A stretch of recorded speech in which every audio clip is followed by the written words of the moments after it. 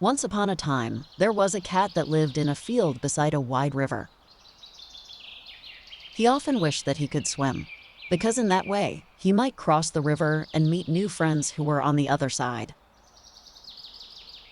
If only I knew someone who could swim and be a friend. Hello, excuse me, can you help me cross this river to go to the other side, please? Hello. Why would I help you? What is the matter? There are many more friends on the other side of the river.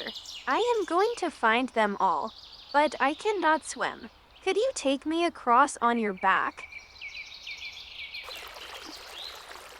The turtle and the cat were in the water, crossing the river. Thank you, my friend. Now I feel like I am home. Yes, it's okay. Everybody needs help sometimes. Well, now you have a lot of friends. You are not alone at all. Here, you are my friend too, and you can stay with me here. Thank you. But I cannot stay here. But I will come to see you sometimes. The cat lived so happily with new friends, and they were all like one family.